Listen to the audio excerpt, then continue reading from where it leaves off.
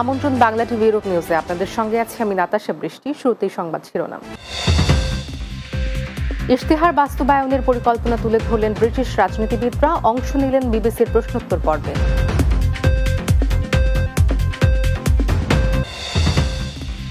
যুক্তরাজ্যে E. coli virus বাড়ছে, আরও ৮৬ ব্যক্তি হাসপাতালে ভর্তি। ভাইরাস থাকতে পারে এমন প্রায় ৬০টি পণ্য সরালো মার্কেট কর্তৃপক্ষ। এবং ২ দিনের রাষ্ট্রীয় সফরে নয়াদিল্লি গেলেন প্রধানমন্ত্রী শেখ হাসিনা। বেশ কিছু চুক্তি ও সমঝোতা সহ দ্বিপাক্ষিক সম্পর্ক জোরদারের আশা। শুনছিলেন শিরোনাম, এবারে বিস্তারিত। নির্বাচনের আর ২ সপ্তাহ বাকি। বৃহস্পতিবার ইয়র্ক ইউনিভার্সিটিতে বিবিসি আয়োজিত প্রশ্নোত্তর পর্বে অংশ নেন লেবার নেতা স্যার কিয়ার স্টারমার, প্রধানমন্ত্রী ঋষি সুনাক, লিবডেমের এড ডেভি এবং এসএনপি নেতা জন সুইনি। প্রথমেই প্রশ্নে মুখোমুখি হন লিবডেম নেতা এড ডেভি। ইশতেহারে গৃহীত পরিকল্পনা বাস্তবায়নের ব্যয় সংস্থান কোথা থেকে হবে সে প্রশ্নের জবাব দিলেন এড ডেভি। স্কটল্যান্ডের স্বাধীনতা প্রশ্নে এসএনপি নেতা জন সুইনি দিলেন কৌশলী উত্তর। লেবার নেতা কিয়ার স্টারমার তার নির্বাচনী ইশতেহার কেন ভিন্ন সে ব্যাখ্যা দিলেন। প্রধানমন্ত্রী ঋষি সুনাক কনজারভেটিভ দলের ইশতেহার বিষয়ে দর্শকদের প্রশ্নে জবাব দিলেন। If you talk to the experts, they reckon for every pound you spend in tax officials and the technology for HMRC, you can raise £18. Now, we haven't put that in our costings. We've just said an extra £7. To deliver on that policy commitment, which is right at the heart of our manifesto. Are you going to answer that question or not? Well, what I'm saying is that I want people to vote for the SNP to make this happen. I think that's a no. My manifesto going forward to this election is fully costed, fully funded. Everything that we say we're going to do, we say how much it's going to be and where the money is coming from, because that's the sort of stability that we need.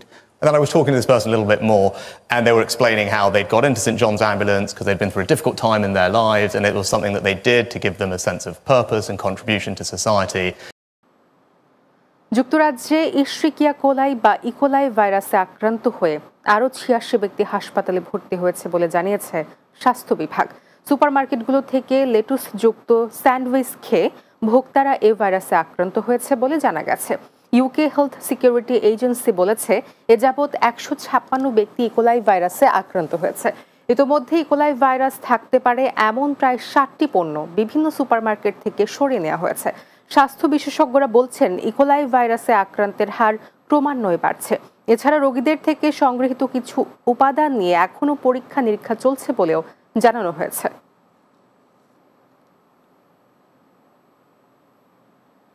এবার বাংলাদেশ প্রসঙ্গ।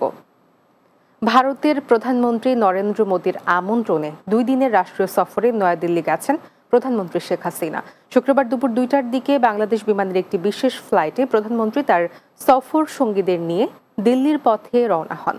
ফ্লাইটটি স্থানীয় সময় বিকেল ৪টায় দিল্লির পালাম বিমানবন্দরে অবতরণ করে। এ সময় শেখ হাসিনাকে ভারতের উচ্চ পর্যায়ের একটি প্রতিনিধি দল এবং ভারতে বাংলাদেশের হাই কমিশনার মোহাম্মদ মোস্তাফিজুর রহমান অভ্যর্থনা জানান। সন্ধ্যায় ভারতের পররাষ্ট্রমন্ত্রী ডক্টর এস জয়শঙ্কর প্রধানমন্ত্রীর সঙ্গে তার বাসভবনে সাক্ষাৎ করবেন। প্রধানমন্ত্রীর প্রেস উইং জানিয়েছে সফরে উভয় প্রধানমন্ত্রীর মধ্যে শীর্ষ পর্যায়ে একান্ত বৈঠক হবে। পাশাপাশি প্রতিনিধি পর্যায়ে আলোচনা হবে। উভয় দেশে বিদ্যমান দ্বিপাক্ষিক সম্পর্ক আরও জোরদার করতে বেশ কিছু চুক্তি ও সমঝোতা স্মারক সই হওয়ার কথা রয়েছে।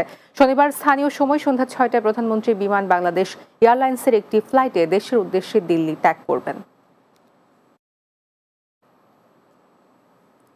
সিলেটে ২ দিন বৃষ্টি না হওয়ায় কমেছে পাহাড়ি ঢল, ফলে বিভিন্ন এলাকা থেকে পানি নামতে শুরু করায় সার্বিক বন্যা পরিস্থিতির উন্নতির আশা করা হচ্ছে। একই সময়ে আশার বাণী শুনিয়েছেন পানি সম্পদ প্রতিমন্ত্রী। বলেছেন সিলেট অঞ্চলের মানুষকে বন্যা কবল থেকে সহনশীল পর্যায়ে নিয়ে আসতে পদক্ষেপ নেওয়া হবে। এদিকে সুনামগঞ্জের জগন্নাথপুর বৃষ্টির মাত্রা কম হলেও ভোগান্তি কমেনি পানিবন্দী মানুষের। সিলেট প্রতিনিধি আল আজাদ ও সুনামগঞ্জের জগন্নাথপুর প্রতিনিধি গোবিন্দ দেবের পাঠানো প্রতিবেদন জানাচ্ছেন সুরাইয়া সীমা। বৃহস্পতিবার সকালে এক পশলা বৃষ্টির পর শুক্রবার বৃষ্টি হয়নি সিলেটে, ফলে মহানগরীর শাহজালাল উপশহর সহ অন্যান্য এলাকা থেকে পানি নেমে যাচ্ছে। এতে আশার আলো দেখছে বন্যা কবলিত মানুষ। অন্যদিকে সকল নদীর পানি এখনো বইছে বিপদসীমার উপর দিয়ে। জেলা প্রশাসন আগামী 2 দিন ভারী বৃষ্টির আশঙ্কা করছে। আশ্রয় কেন্দ্রে রয়েছে প্রায় 29,000 মানুষ। বাড়িঘর এখনো জলমগ্ন থাকায় কেউ ঘরে ফিরতে পারছে না। আশ্রয় কেন্দ্রগুলোতে শুকনো খাবারের পাশাপাশি খিচুড়ি দেওয়া হচ্ছে। ভয়াবহ অবস্থা আছিল আপনার 2 দিন থেকে পানিটা একটু কমতে আছে। এই যে বৃষ্টিটা কমছে, এই বেশিরভাগ তো বৃষ্টি হইলে পানিটা বাইরে যায়। পানি সম্পদ প্রতিমন্ত্রী জাহিদ ফারুক সকালে বন্যা কবলিত সিলেট মহানগরীর বিভিন্ন এলাকা পরিদর্শন করেন। এ সময় তিনি সাংবাদিকদের প্রশ্নে জানান, সিলেট ও সুনামগঞ্জের মানুষকে বন্যা কবল থেকে সহনশীল পর্যায়ে নিয়ে আসতে সুরমা ও কুশিয়ারা নদী খনন করা হবে। সুরমা নদীতে 15 কিলোমিটারে 12 কিলোমিটার আমাদের ড্রেজিং হয়ে গিয়েছে। বাকি কাজটা বন্যা আসার জন্য করতে পারি নাই। বাকি 3 কিলোমিটার আমরা পানি কমে গেলে করব। এটা ছাড়াও সামগ্রিকভাবে আমরা সুরমা কুশিয়ারা নদী আমরা ড্রেজিং করব। আগামীতে এই সিলেট এবং সুনামগঞ্জ এলাকার লোকজনকে বন্যা কবল থেকে আমরা সহনীয় পর্যায়ে নিয়ে আসতে পারি, সেই লক্ষ্যে আমরা আলোচনা করেছি। এদিকে সুনামগঞ্জে জগন্নাথপুরে বৃষ্টির মাত্রা কম হলেও ভোগান্তি কমেনি পানিবন্দী মানুষের। শুক্রবার সকালে জগন্নাথপুর পানি উন্নয়ন বোর্ডের তথ্য অনুযায়ী জগন্নাথপুরের পানির বিপদসীমার উপর দিয়ে প্রবাহিত হচ্ছে। উপজেলা পরিস্থিতি মোকাবেলায় ইতোমধ্যে আশ্রয়কেন্দ্রে ঠাঁই নিয়েছেন 20,000 মানুষ। আশ্রয়কেন্দ্র সহ বন্যা কবলিতদের জন্য রান্না করা ও শুকনো খাবার সহ বিশুদ্ধ পানি বিতরণ করা হচ্ছে। 3-4 দিন যাবৎ বাড়ি বর্ষণের ফলে আমাদের এখানে বন্যা হয়ে গিয়েছে এবং যত রাস্তাঘাট আছে সব পানি তলিয়ে গিয়েছে। আমরা এখন পানিবন্দী। ঘরের অবস্থা খারাপ, বন্যায় খুব অসহায় জীবনযাপন করলাম। Desk report, Bangla TV. দলমত নির্বিশেষে আলোচনার মাধ্যমে সিলেটে বারবার বন্যার কারণ ও স্থানীয় সমাধানের উপায় অনুসন্ধানের আহ্বান জানিয়েছেন হবিগঞ্জ 4 আসনের সংসদ সদস্য ব্যারিস্টার সৈয়দ সায়েদুল হক সুমন। শুক্রবার দুপুরে সিলেট মহানগরীর একটি আশ্রয়কেন্দ্রে বন্যার্তদের মাঝে ব্যক্তিগত উদ্যোগে ত্রাণ বিতরণকালে সাংবাদিকদের সঙ্গে কথা বলা শেষে তিনি এই আহ্বান জানান। ব্যারিস্টার সুমন বলেন, প্রধানমন্ত্রীর কাছে কারণগুলো তুলে ধরলে তিনি অবশ্যই সমাধানের ব্যবস্থা করবেন। সাংবাদিকদের প্রশ্নে ব্যারিস্টার সৈয়দ সায়েদুল হক সুমন সিলেটের উন্নয়ন জটিলতা নিয়েও কথা বলেন। মাননীয় মেয়র মহোদয় বা প্রশাসনের যারা আছেন তাদেরকে বলবো যে বন্যা পরবর্তীতে বসে একটা অল ক্লাস পিপলকে নিয়ে যে কেন আমরা বারবার এফেক্টেড হইতেছি, আগে তো এইভাবে এফেক্টেড হয় নাই, তো বন্যা এখন যেহেতু পানি আমাদের ঘরে, এই জন্য এইসব আলোচনা কম করে আমরা আপাতত ত্রাণ সহযোগিতায় আসি। তবে পানি শেষ হইলে আমি মনে করব যে এই শাহজালালের নগরীকে রক্ষা করার জন্য শাহজালালের যারা উত্তরাধিকার আছেন তারা একসাথে বসবেন, আমারে ডাকলে আমিও আসব, বসে একটা স্থায়ী সমাধান কীভাবে করা যায় এটার জন্য কাজ করতে হবে। বাংলা টিভি ইউরোপ নিউজে নিচ্ছি বিরতি, ফিরে এসে অন্যান্য সংবাদের সঙ্গে আলোচনা থাকছে। লন্ডন সিলেট রুটে বিমান টিকিটের মূল্য কমানোর দাবি। লন্ডনের হোয়াইট চ্যাপেলে দক্ষিণ সুরমা সমাজ কল্যাণ সমিতি ইউকের মানববন্ধন।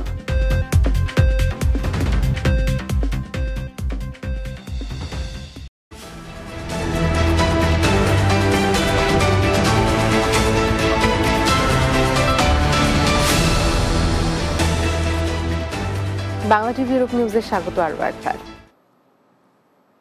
লন্ডন সিলেট রুটের বিমানের টিকিটের মূল্য কমানো এবং সিলেটের নদীগুলো খনন করে সিলেটবাসীকে বন্যামুক্ত রাখতে বাংলাদেশ সরকারের কাছে দাবি জানিয়েছে দক্ষিণ সুরমা সমাজ কল্যাণ সমিতি ইউকের কেন্দ্রীয় সংসদ। বুধবার হোয়াইট চ্যাপেল মেট্রো রেল স্টেশনের সামনে মানববন্ধনে এ দাবি করা হয়। মানববন্ধনে সভাপতিত্ব করেন অ্যাডভোকেট আমিরুল ইসলাম নজমুল। অ্যাডভোকেট শফিক উদ্দিনের পরিচালনায় বক্তব্য রাখেন নুরুল ইসলাম এমবিই, তোফাজ্জল হোসেন, মাহির আহমদ, শেখ শাহিন সহ আরও অনেকে।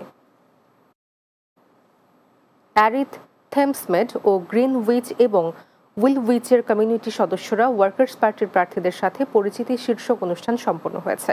মঙ্গলবার সাউথ ইস্ট লন্ডনের স্থানীয় একটি রেস্টুরেন্টে এই আয়োজন করা হয়।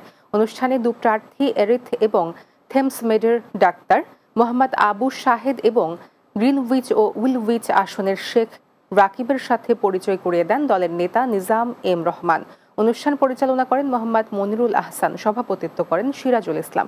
এ সময় বক্তব্য রাখেন সানাম মিয়া, আতিক, মুজিবুর রহমান, আমিনুর রহমান টিপু, আব্দুল হামিদ, আব্দুল করিম সহ আরও অনেকে।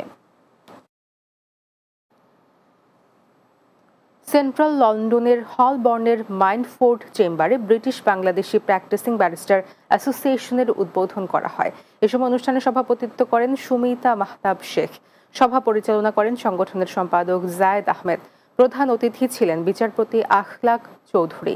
অনুষ্ঠানে সুমিতা মাহতাব শেখ সংগঠনটির প্রতিষ্ঠার বিস্তারিত তুলে ধরা হয় কিভাবে একজন ব্যারিস্টারের দক্ষতা বাড়ানো যায়।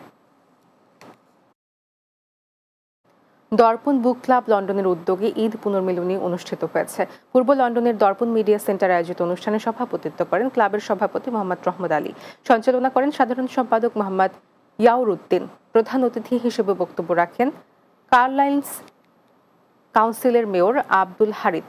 বিশেষ অতিথি ছিলেন বর্ণবাদ বিরোধী আন্দোলনের নেতা মোহাম্মদ আব্দুল মুকিত। এ সময় বক্তব্য রাখেন সংগঠনের সহসভাপতি কবি আসমা মতিন, সহ সাধারণ সম্পাদক মোহাম্মদ আব্দুল হাই, হাফিজ মোহাম্মদ জিলু খান, দিলু চৌধুরী এবং অ্যাডভোকেট আমিরুল ইসলাম সহ আরও অনেকে। বিয়ানীবাজার ভিলেজ কাপ ফুটবল টুর্নামেন্টের ড্র ও ম্যানেজার্স মিটিং অনুষ্ঠিত হয়েছে। পূর্ব লন্ডনের একটি হলে অংশগ্রহণকারী 48টি টিমের প্রতিনিধিরা অংশগ্রহণ করেন। চতুর্থবারের মতো অনুষ্ঠিত টুর্নামেন্ট 5A সাইডে অনুষ্ঠিত হয়। টুর্নামেন্টে বিয়ানীবাজার উপজেলার 48টি গ্রাম থেকে নিজ নিজ গ্রামের খেলোয়াড়রা অংশগ্রহণ করবেন। নকআউট পদ্ধতিতে আগামী 7 জুলাই রোববার রেড ব্রিজে অনুষ্ঠিত হবে। বিয়ানীবাজার স্পোর্টিং ক্লাবের আয়োজনে এই টুর্নামেন্ট কেন্দ্র করে অনেক ইউরোপ, আমেরিকা থেকে অংশগ্রহণ করেন। বিয়ানীবাজার স্পোর্টিং ক্লাবের চেয়ারম্যান মেজবা আহমদ MBEর সভাপতিত্বে এ আয়োজন করা হয়।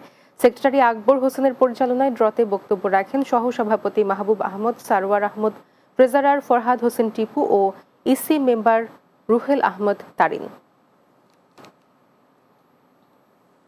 এবার আন্তর্জাতিক প্রসঙ্গ। ভিয়েতনাম সফরে গিয়ে দেশটির সঙ্গে নিবিড় সম্পর্ক গড়ার অঙ্গীকার করেছেন রাশিয়ার প্রেসিডেন্ট ভ্লাদিমির পুতিন। রাজধানী হেনভে ভিয়েতনামের প্রেসিডেন্টের সঙ্গে সাক্ষাৎকালে তিনি এই অঙ্গীকার করেন। তেল, গ্যাস, পারমাণবিক বিজ্ঞান এবং শিক্ষা সহ আরও কয়েকটি ক্ষেত্রে 11টি চুক্তি ও সমঝোতা স্মারকও সই করেন দুই দেশের প্রেসিডেন্ট। পুতিন বলেন, দক্ষিণ পূর্ব এশিয়ার দেশ ভিয়েতনামের সঙ্গে কৌশলগত অংশীদারিত্ব নিবিড় করাটা রাশিয়ার পররাষ্ট্র নীতির অগ্রাধিকারের বিষয়গুলোর অন্যতম। উত্তর কোরিয়া সফরের পর বৃহস্পতিবার পুতিন ভিয়েতনাম সফরে যান।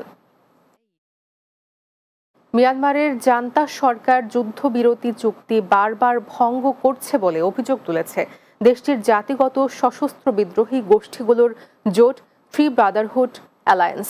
জোটের সদস্যদের দাবি, চীনের মধ্যস্থতায় যুদ্ধবিরতি চুক্তি সত্ত্বেও সামরিক বাহিনী চলতি মাসে দেশটির উত্তরাঞ্চলে বারবার হামলা চালিয়েছে। এতে অনেক বেসামরিক মানুষ হতাহত হয়েছে।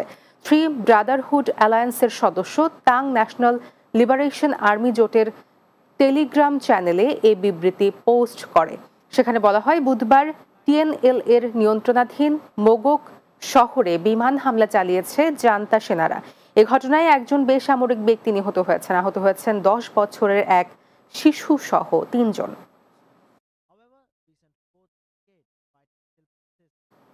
শেষ করব বাংলা টিভি ইউরোপ নিউজ। যাওয়ার আগে শিরোনামগুলো জানিয়ে দিচ্ছি আরও একবার।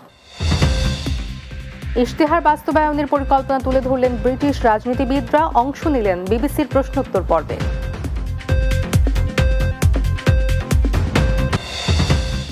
যুক্তরাজ্যে ইকোলাই ভাইরাস বাড়ছে, আরও 86 ব্যক্তি হাসপাতালে ভর্তি। ভাইরাস থাকতে পারে এমন প্রায় 60টি পণ্য সরালো মার্কেট কর্তৃপক্ষ। 2 দিনের রাষ্ট্রীয় সফরে নয়াদিল্লি গেলেন প্রধানমন্ত্রী শেখ হাসিনা। বেশ কিছু চুক্তি ও সমঝোতা সহ দ্বিপাক্ষিক সম্পর্ক জোরদারের আশা। এবং লন্ডন সিলেট রুটে বিমান টিকিটের মূল্য কমানোর দাবি। লন্ডনের হোয়াইট চ্যাপেলে দক্ষিণ সুরমা সমাজ কল্যাণ সমিতি ইউকের মানববন্ধন।